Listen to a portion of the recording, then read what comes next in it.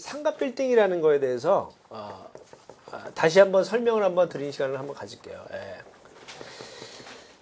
그러니까 부동산 상품 중에서 부동산 상품이 여러 개가 있지만, 제가 이제 강의 때 이제 그 연령별 포트폴리오 얘기할 때 항상 얘기하지만 누구나 부동산을 다 20, 30대부터 시작을 하게 되죠. 20, 30대. 예. 그래서 20, 30대는 이때가 가장 중요한 게 뭐냐면 이제 내 집 마련 시기입니다. 내 집 마련 시기. 이런 시기. 그래서 어디 지역에 내 집을 살 것이냐. 편하게 살 집과 그 다음에 가격이 올라갈 수 있는 지역이 어디냐. 그래서 이때는 아파트든 주거용 부동산 쪽에 상당히 관심을 이제 많이 갖게 되죠. 그래서 아파트 쪽에 신경을 많이 써서 투자를 하게 되고, 이제 30대, 40대가 되면 이제 평수 상향식이라 해가지고, 이제 뭐 10평 후반대 아파트에서 뭐 20평대, 20평에 30평대, 30평에 40평대 해가지고 이제는 뭐 재건축 아파트라든지, 아니면 이제 뭐 단독주택. 그래서 좀 더 이제 규모가 있고, 이제 평수를 좀 늘리고, 뭐 강남이 아닌 지역에서는 강남으로 진입하고, 그래서 싼 지역에서 좀 좋은 지역으로, 왜냐면 애들도 이제 그 학군이 있으니까, 그래서 이렇게 그 평수 상향하는 시기가 대부분 30, 40대 많이 오게 되고요. 근데 40대에서 50대는 이제 기호형 부동산 투자 시기라 해가지고요. 기호형 부동산 투자 시기. 재테크 투자 시기라고도 제가 얘기하는데, 재테크. 자, 그 다음에 이제 50대에서 60대로 넘어가게 되면 이제 수익용 부동산, 이제 투자 시기가 오죠. 은퇴도 하게 되고, 이제 몸도 좀 아프고, 고정적인 수익이 나오는 게 무엇일지에 대해서 이제 투자를 하고 싶어 하는 시기죠. 그래서 이 시기가 되면 누구나 상가 빌딩을 하나씩 다 갖고 싶어 합니다. 상가 빌딩을. 그래서 이 50대, 60대에 누구나 꼭 한번 가져야 될 부동산이 바로 상가 빌딩이다. 이거죠. 그러니까 자기 건물이 하나 있었으면 좋겠다는 게 아마 누구나 다 대한민국에 있는 뭐 100%는 아니겠지만 부동산에 투자하는 분들은 다 누구나 상가 빌딩 하나씩 갖고 싶어 한다는 거죠. 자, 그래서 이 부동산을 하는데, 부동산업을 하는데 꼭 해야 될 부동산이 딱 두 가지라는 거죠. 아파트 전문으로 할 것이냐, 아니면 상가 빌딩을 전문으로 할 것이냐.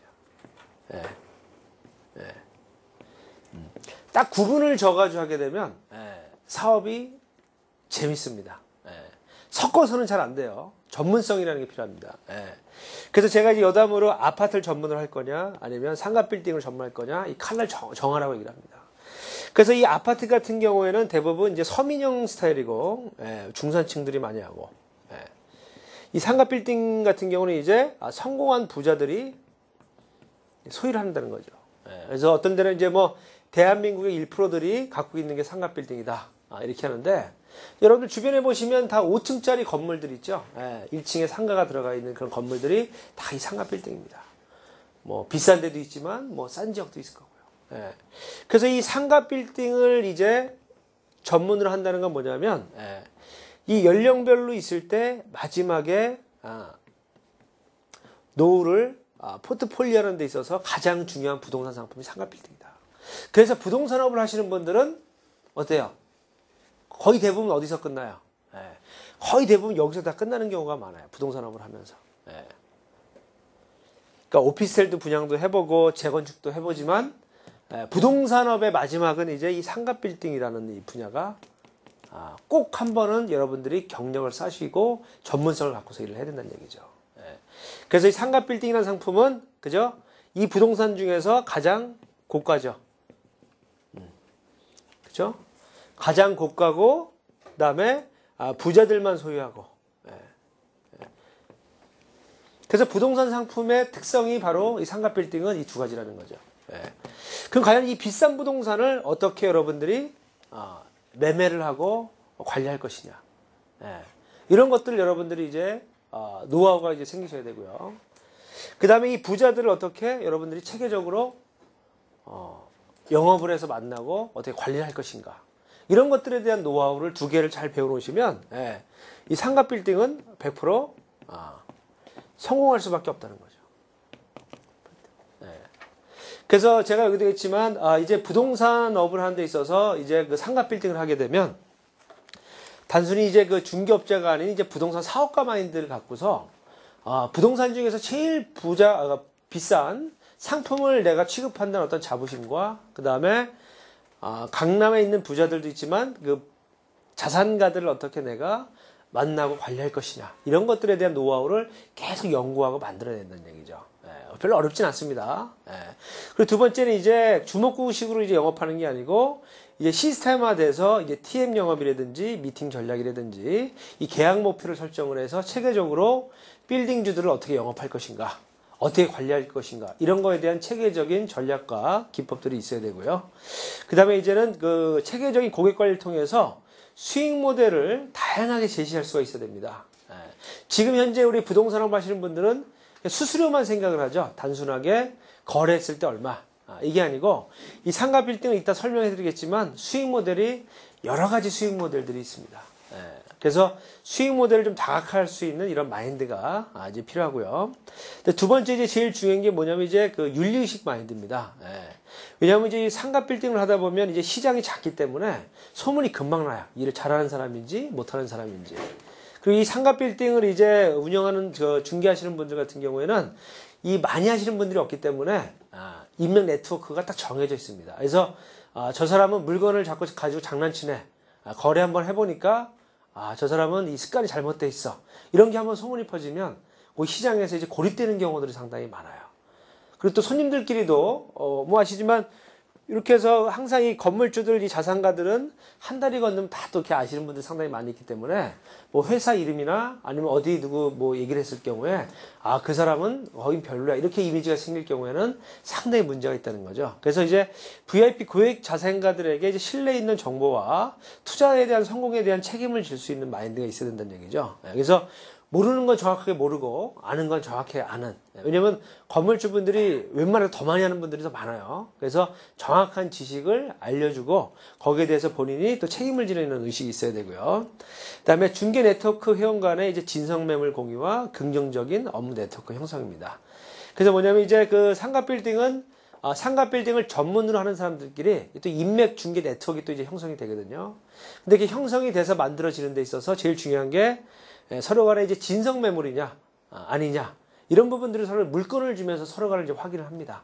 그래서 살아있는 매물이냐 아니면 이 가격이 정확하게 맞는 매물이냐 이런 부분들을 정확하게 공지를 해줘야 되고 그 다음에 거기 관련돼서는 또 이제 한번 믿고 진행하게 되면 신뢰하는 이런 마인드 있죠. 이제 의심을 하게 되면 안 되죠. 내가 저 사람한테 매물을 줬는데 저게 다음날 계약이 됐단 말이에요. 혹시 이 사람이 어떻게 한 게 아닌가 뭐 이런 것들 하면서 분쟁도 생기는 경우들도 또 많이 있어요. 성격 급하신 분들은. 그래서 그런 부분에 있어서 어떤 윤리의식에 대한 마인드가 있어야 되고요. 그 다음에 이제 하자 매물의 어떤 그 공신력을 검토할 수 있는 부분들 있죠. 그래서 어떤 분들은 뭐 가압류가 있고 뭐 예고 등기가 있고 권리 관계가 좀 복잡한 매물들도 그냥 거래시킬 마음으로 해가지고 막 소개해 주는 경우 상당히 많아요. 근데 이런 부분에 있어서 정확하게 짚어줄 수 있는 사람도 있고 못 짚어주시는 분들이 많거든요. 그래서 본인이 모르겠다면은 뭐 법무사나 법무법을 통해 가지고 정확하게 짚어서 고객들에게 이런 하자에 대한 부분들을 정확하게 검토시켜야 되고, 그다음에 현장에 이제 대부분 점유하는 임차인에 대해서 정확하게 또 사실 확인 안 하시는 분들이 되게 많아요. 그러니까 뭐 실례로 뭐 설명해 드리면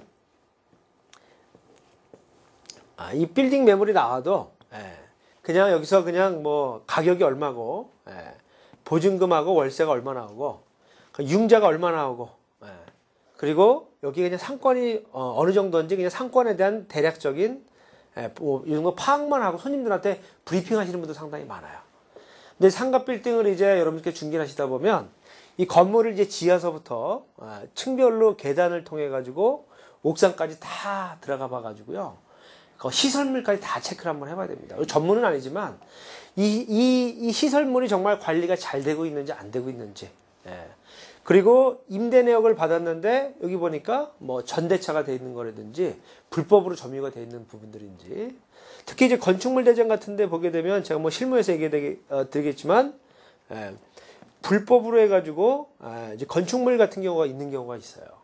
그다음에 불법으로 또 용도가 또 변경돼 있는 경우들이 있고. 이런 내용들을 건축물 대장을 보면서 정확하게 체크를 해가지고 이 매물에 대한 어떤 하자 부분들을 정확하게 또 체크를 해줘야 되는 부분들이죠. 왜? 우리나라의 상가 빌딩을 이제 중개하는 시스템이 제일 중요한 게 매수자 위주로 해가지고 돼 있지가 않아요. 보면 매수자는 가장 리스크가 커요. 뭐 에스크로우 제도가 있어가지고 이제 뭐 계약금, 중도금 이런 부분들도 보장받는 것도 아니고, 그냥 뭐 100억짜리 건물인데 뭐 계약금 10억, 중도금 40억 줘놓고 2달 동안 가만히 있는 거죠. 그리고 이제 잔금 때 이제 뭐 승계도 하고 이렇게 하는데 되게 리스크하다는 얘기죠. 이 중간 과정에 있어서. 그리고 대부분이 뭐 아까도 얘기했지만은 이 중개하시는 분들을 통해 가지고 이 건물에 대한 현황들을 얘기를 듣는데 이 듣는 내용들이 몇 개 없어요. 뭐 대지 면적하고 뭐 건물 면적, 그 다음에 뭐 보증금하고 뭐 월 임대 내역, 그 다음에 이제 융자가 얼마 있는지, 아까 그거죠. 매매가.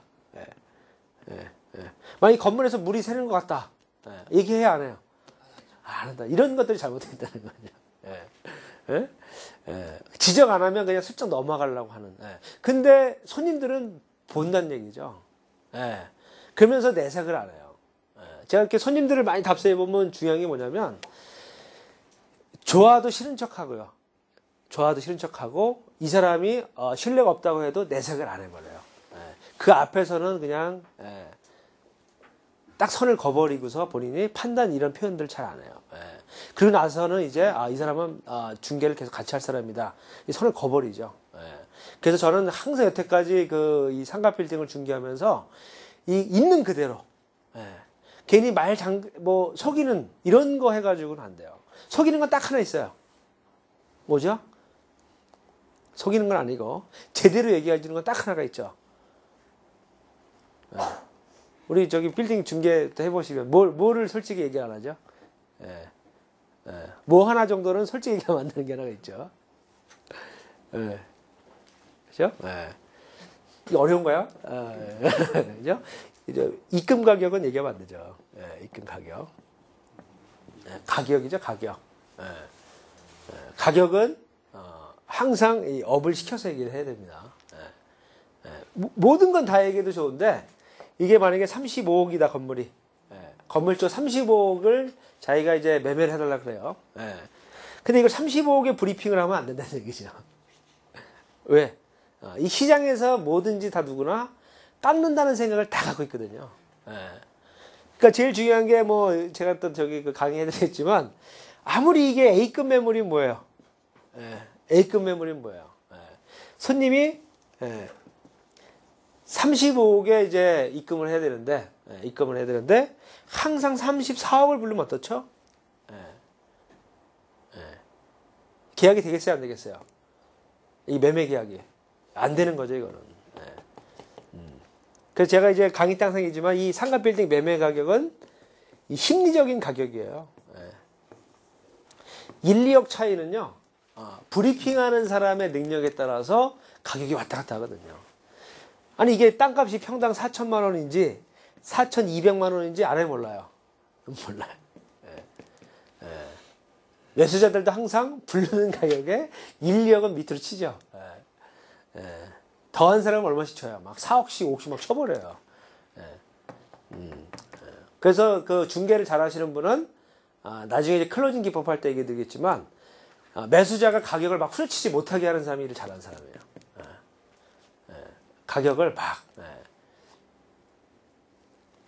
남의 거 가지고 막 후려치면 안 되죠. 나 이거 30억 좀 한번 해볼게. 이런 사람들 있죠. 사는 사람들이.